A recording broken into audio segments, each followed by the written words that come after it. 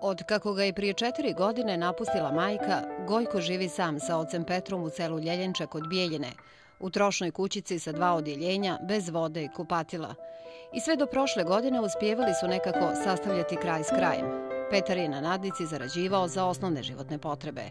Ali kao da nije bilo dovoljno muke u njihovim životima. Prošle godine Petru u šumi drvo je slomilo nogu i od tada je vezan za krevet.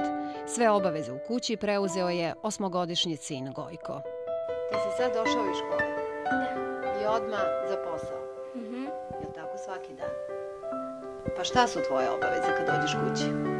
Pa da neka naložim vatru, da naspijem tati vode, da operem džezbe šulje kad popije kavu. Jesi gladan, jesi ti umoran? Pa kad stižeš da se odmoriš, da jedeš? Pa kad završim poslove. Pa ko ti sprema ručak? Pa ima tu tetka naša. Ali ona ide da radi nekad. A šta kad ona ne napravi? Ono kao i tada spremim. Tvoji vršnjaci obično kad dođu kući, mama im sve servira, sve postavi. A ti? Men tata nekad. A gdje je mama? Ošla. Kad je otišla? Pa prije jednom godinu dana. Jel se javlja?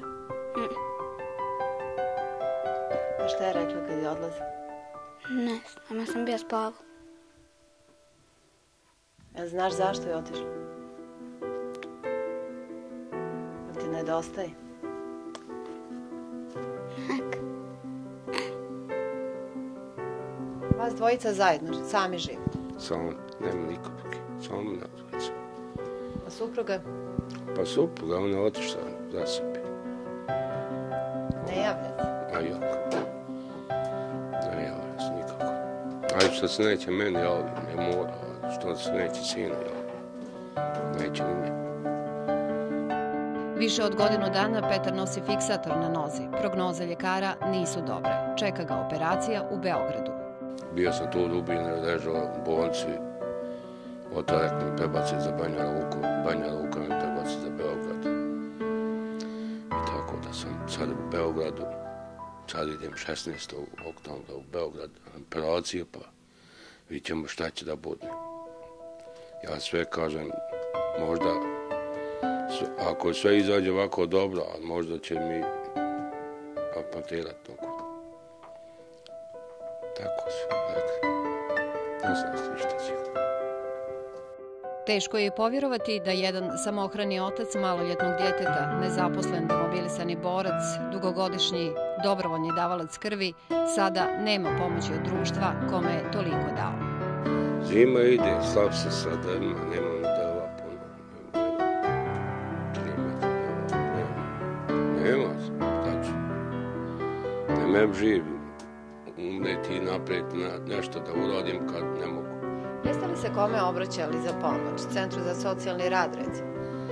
A ja kad sam bio u bolnici, oni su mene bolnicu otpustili da sam prispeo za socijalno radi do rekam. Pa oni su mi jednom dali 100 maraka i više nema, ni se javljaju, ništa. Ja sam njima prispeo da me oni pomognu, da oni izdržaju, oni ništa.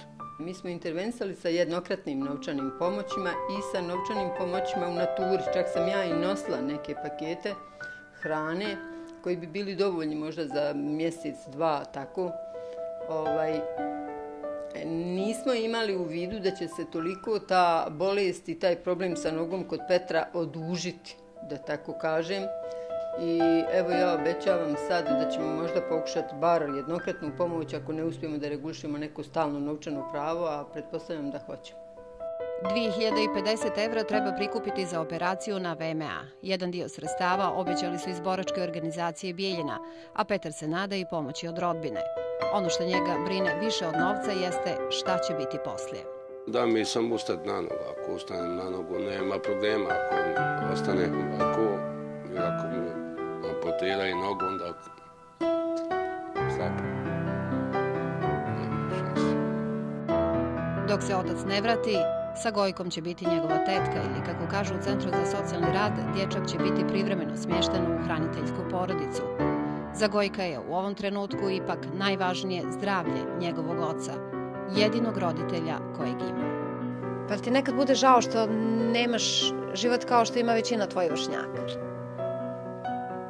Nije ti žao? A je li ti žao tate što je sad bolestan? Šta bi volio? Da ozdravi?